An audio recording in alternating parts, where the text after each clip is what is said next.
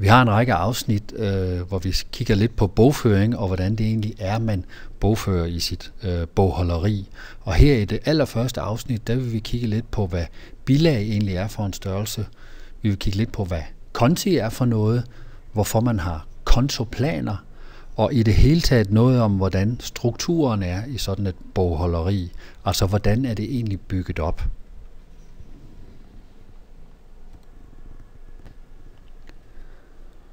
Først lidt om bilag. Man kan sige, at i alle virksomheder, der eksisterer der en masse bilag. Hver gang man laver et eller andet i virksomheden, så opstår der et bilag.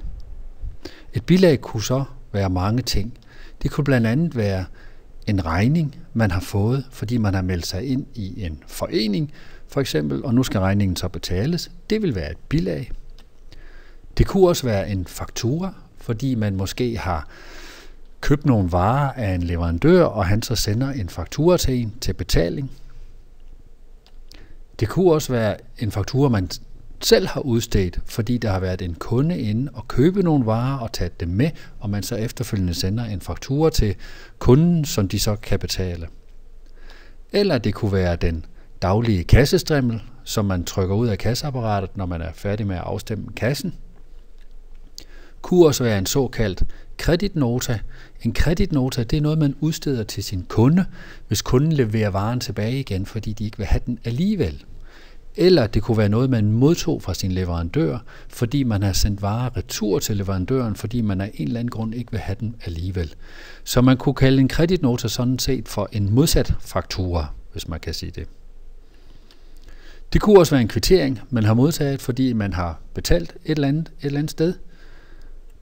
Kunne være en bon, man har fået, fordi man lige har været oppe i en eller anden butik i gågaden og hentet nogle ting, som man skulle bruge i sin virksomhed. Så kort sagt, så findes der en hel række bilag, som altså opstår hver gang vi gør et eller andet i vores virksomhed. I erhvervsøkonomi, der arbejder vi med en række bilag, og de kommer her. Vi arbejder blandt andet med det, der hedder en købsfaktura. Når vi siger købsfaktura, så mener vi, at vi har modtaget en faktura fra for eksempel en leverandør, som vi så skal betale, fordi vi har, som sagt, købt nogle varer af ham. Det kunne også være en salgsfaktura. En salgsfaktura, det er, når det er os, der har solgt noget til en kunde, altså en af vores kunder, og vi så sender en faktura ud, som vi forventer, at de betaler til os. Det kunne så være den her kreditnota her, hvis vores kunde sender varen retur igen, og vi så kvitterer ved at sende en kreditnota til dem. Eller i det her tilfælde med kreditnotaen, at vi også sender varer retur til vores leverandør, og han så kvitterer for modtagelsen ved at sende også en kreditnota. Det kunne være de her kvitteringer her, bongerne, og så den her såkaldte kassestrimmel, som kommer ud af kasseapparatet om aftenen, når vi er færdige med at opgøre kassen. Det er dem, vi arbejder med i erhvervsøkonomi, men der findes selvfølgelig mange flere bilag end lige nøjagtigt dem her. Når vi så har alle de her bilag her, så har vi selvfølgelig et eller andet behov for at registrere dem, altså sortere dem, så vi har et overblik over, hvad det egentlig er, der sker i vores butik, hvad det egentlig er, vi laver, hvor mange ting er det egentlig, vi køber, hvor mange varer er det, vi får hjem, hvor meget er det, vi sælger osv. osv. Så vi har altså et eller andet behov for at registrere alle de her bilag her, og det er det, vi bruger vores bogholderi til.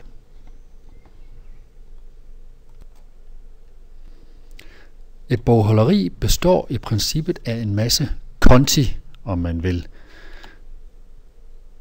Man kan også sige, for at bruge et andet billede, at et bogholderi består af en masse små kasser, som man kan sortere sine bilag ned i, så de kommer ned i den rigtige rækkefølge og den rigtige orden, kan man sige. Og de her små kasser her, det er altså det, vi kalder en konto eller konti. Hvor mange forskellige konti man så vil bruge i sit bogholderi, jamen det bestemmer man faktisk selv. Men i virkeligheden så bruger de fleste virksomheder nok en række standardkonti, og det er sådan nogen, man stiller op i en såkaldt kontoplan, hvor man liner hver enkelt konto op og har så derved en samlet overblik over alle de konti, som man synes, man skal bruge i lige nøjagtigt sin virksomhed. For så at kunne huske, hvordan det er, man kan bruge de enkelte konti til at bogføre eller registrere bilagene på, og for også at sikre, at alle dem i virksomheden, som bogfører, de gør det på den samme måde, så bruger man en såkaldt konteringsvejledning. En konteringsvejledning, den fortæller så nøje, hvilken slags bilag man må bogføre eller registrere på hvilke konti.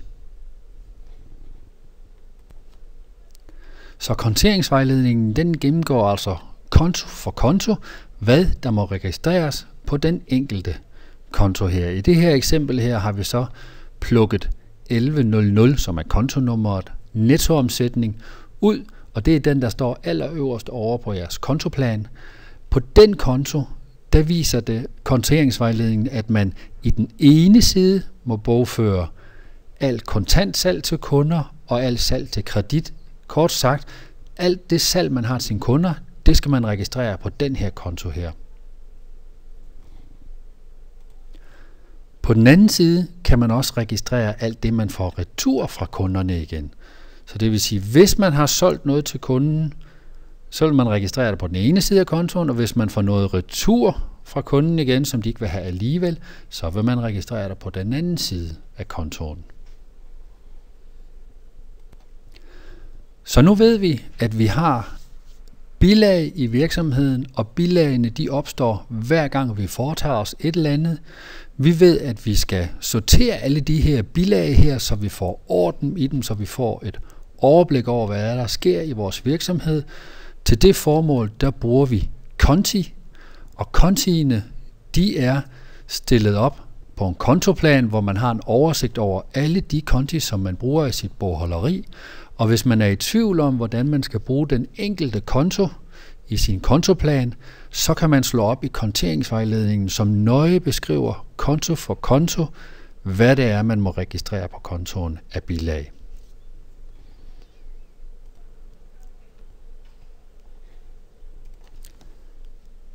Alle kontiene i ens kontoplan, som så samlet set udgør ens bogholderi, jamen dem kan man opdele i 4 kontogrupper. Dem vil vi lige prøve at gennemgå her. Den første gruppe, det er dem, vi kalder omkostninger. Det vil sige, det er den gruppe, hvor vi har alle vores omkostningskonti. Det er der, hvor vi registrerer alle de omkostninger, som vi får hen ad vejen. Det kunne for eksempel være en konto for vareforbrug, som ville beskrive, hvor mange varer vi brugte i vores forretning. Det kunne også være en konto for salgsfremmende omkostninger. Salgsfremmende omkostninger, det er, når vi har været nede og købe en annonce, fordi vi vil reklamere for vores varer, eller vi måske har brugt penge på et tv-indslag, eller vi måske har brugt penge på at rejse til en messe, hvor vi vil prøve at demonstrere vores varer. Alle de omkostninger, vi har i forbindelse med at fremme vores salg, dem vil man bogføre på den konto, der hedder salgsfremmende omkostninger. Lokale omkostninger er der også en, der hedder. Lokale omkostninger, det er så noget som husleje, el, vand, varme osv. osv. Alt det, der vedrører det lokale, som man har sin virksomhed i. Det kunne være sådan noget som kassedifferencer. Hvis kassen ikke stemmer en aften, og der mangler nogle penge i kassen, så har vi jo i princippet tabt nogle penge, og det er en omkostning, og den vil man så bogføre ind på kassedifferencer. Det kunne også være sådan noget som bilers driftsomkostninger. Driftsomkostninger, det er så noget som benzin, vægtafgift, falkabonnement, service på bilen osv. osv. Alle de ting, der er rundt omkring bilen, som vi bruger for at holde bilen i gang, det kalder vi bilers driftsomkostninger. Det kunne også være alle de andre små omkostninger, vi havde, som når vi for eksempel lige har været hen ved boghandleren og købt nogle blyanter og nogle ark papir eller kopipapir til printeren. Alle de her små omkostninger, vi måske, eller ikke måske, men som vi får hen ad vejen, dem vil vi bogføre ind på øvrige omkostninger. Det kunne også være sådan noget som personalomkostninger, hvis vi betaler løn, fordi vi har ansat folk i vores butik. Afskrivninger, det kommer vi til senere, så det gør vi ikke så meget ved her. Men kunne også være sådan noget som renteomkostninger, altså det forhold, at vi har været henne i banken og låne nogle penge, og nu skal vi betale renter til banken, fordi vi har lånt penge af dem. Dem vil vi bogføre ind på renteomkostninger. Så man kan sige, at hele den her kontogruppe her, det er alle de omkostninger, vi har, man vil bogføre ind i den. Modsat den har vi så en anden kontogruppe, og det er så alle vores indtægter. Det er altså, når vi får penge ind. Det kunne være for eksempel sådan noget som konto for nettoomsætning, hvor vi registrerer alt det, vi sælger til kunderne. Når vi sælger noget til kunderne, så har vi jo en indtægt. Det kunne også være sådan noget som renteindtægter. Hvis vi er så heldige, at vi ikke har lånt penge i banken, men vi har penge stående i banken, så er det jo banken, der giver os penge, fordi vi har penge stående i banken. Og det vil man bogføre under renteindtægter. Så det er 2 af de her 4 grupper her. Den næste gruppe, det er så den, vi kalder aktiver. Aktiver, det er alle de ting, vi ejer. Det er alt det, vi har investeret penge i, for at kunne drive vores virksomhed. Det kunne for eksempel være en firmabil, som vi jo ejer, og som vi har investeret penge i, fordi vi skal bruge den i vores daglige drift af virksomheden. Det kunne også være sådan noget som inventar. Hvis vi har investeret en masse penge i købmandsdiske, borde, stole, hylder, kasseapparater, computere, ting ud til lager, ting ind til kontoret osv. osv. Alle de her større ting, vi har stående inde i vores butiks- eller virksomhedslokale. Kunne være selve varelageret, altså alle de der varer, vi har fået hjem, som vi skal sælge i vores butik. Det er også noget, vi har investeret penge i. Det kunne være sådan noget som varedebitorer. Varedebitorer, de opstår, hvis vi sælger varer til vores kunder, og de ikke betaler med det samme. Indtil de betaler, der har vi dem registreret under varedebitorer, fordi de skylder os jo penge. Vi har tilgodehavende. Det kunne også være de penge, vi har stående i banken, hvis vi har sådan nogen. Det kunne være de penge, vi har liggende nede i kassen. Det er jo også noget, vi har investeret i, kan man sige, og noget, vi ejer. Så kort sagt, så alle dem her, det er alt sammen noget, vi ejer, eller det er noget, vi har investeret i. Modsat den har vi så det, vi kalder passiver. Passiver, det er alt det, vi skylder væk. Det er altså den måde, vi har skaffet alle pengene på, som vi har brugt til at investere i alle aktiverne. Og en af passiverne, det kunne være vores egenkapital. Egenkapitalen, det er det, vi som ejere selv har skudt ind i forretningen, eller i virksomheden.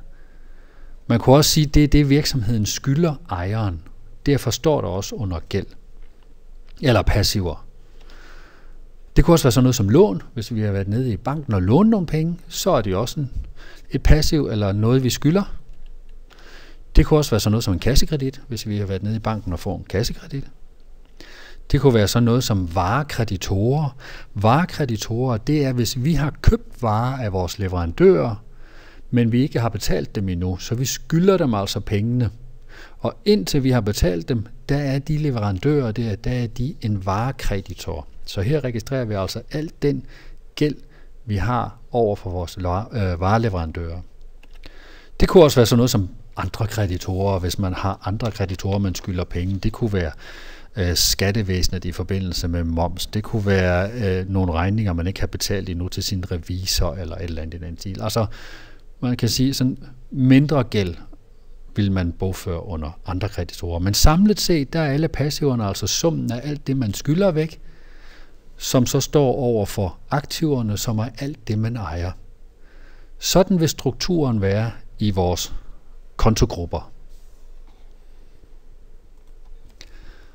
For så at vise, at der er forskel på indtægter og omkostninger, og passiver og aktiver, så grupperer man dem efterfølgende i 2 halvdele. På den ene side, der siger man, at omkostninger og aktiver, det er konti med en debetsaldo. Og på den anden side siger man, at indtægter og passiver, det er konti med en kreditsaldo.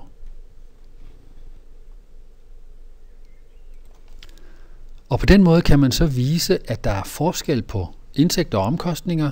Indtægter, det er jo, når man får penge ind. Omkostninger, det er jo, når man bruger penge. Der er også forskel på aktiver og passiver. For aktiver, det er jo alt det, man ejer, alt det, man har investeret i.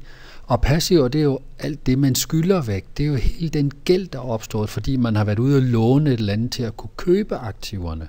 Så det er der også forskel på. Og det viser man altså på den måde ved at sige, at omkostninger og aktiver har en debetsaldo, indtægter og passiver har en kreditsaldo.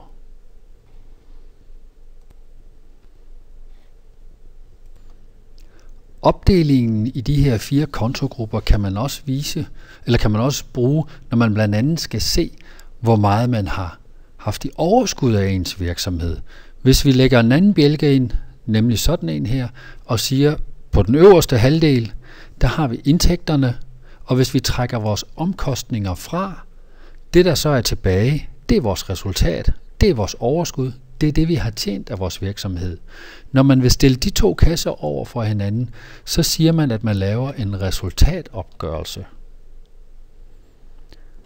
Nedenfor, der har vi så aktiverne, og hvis man stiller aktiverne op over for passiverne, så kan man regne ud, hvor meget man er værd. Det giver altså et overblik over, hvor meget man egentlig har investeret i, og hvad man ejer, og hvor meget man egentlig skylder væk, og hvor meget man skylder sig selv. Når man laver sådan en opgørelse der, så siger man, at man laver en balance.